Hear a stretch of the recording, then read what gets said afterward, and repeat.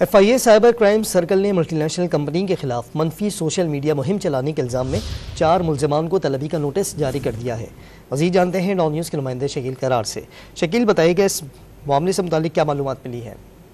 बिल्कुल, multinational company के खिलाफ सोशल मीडिया पर मनफी मुहिम चलाने के खिलाफ जो है FIA साइबर क्राइम इस्लामाबाद ने बाकायदा तौर पर इंक्वायरी का आगाज कर दिया है। 4 मुल्ज़िमान जिनमें तारक रफ़ी, अब्दुर्रहमान रफ़ी, रेहानुल्लाह और मोहम्मद शहबाज शामिल हैं, उनको FIA साइबर क्राइम की तरफ से बाकायदा नोटिस जारी किया गया, उन तलबी का, और उनसे कहा गया कि अपने तमाम जो रिकॉर्ड है वो लेकर 27 नवंबर को FIA साइबर क्राइम जो है वो वहाँ पर पहुंचे और उसके बाद तफ्तीश का आगाज होगा।